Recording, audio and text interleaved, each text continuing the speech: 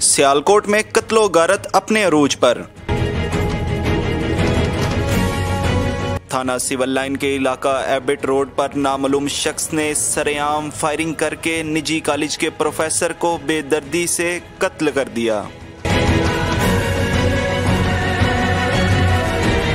पास मौजूद 14 साला बच्चा भी फायरिंग से शदीद जख्मी। गुज़िश्ता रोज पेश आने वाले वाक़े की सीसीटीवी फुटेज भी सोशल मीडिया पर वायरल हो गई। प्रोफेसर फैसल जफर अपने वालिद की इलेक्ट्रॉनिक्स की दुकान पर खड़ा था कि मुसल्ला शख्स ने सरेआम फायरिंग करके कत्ल कर दिया।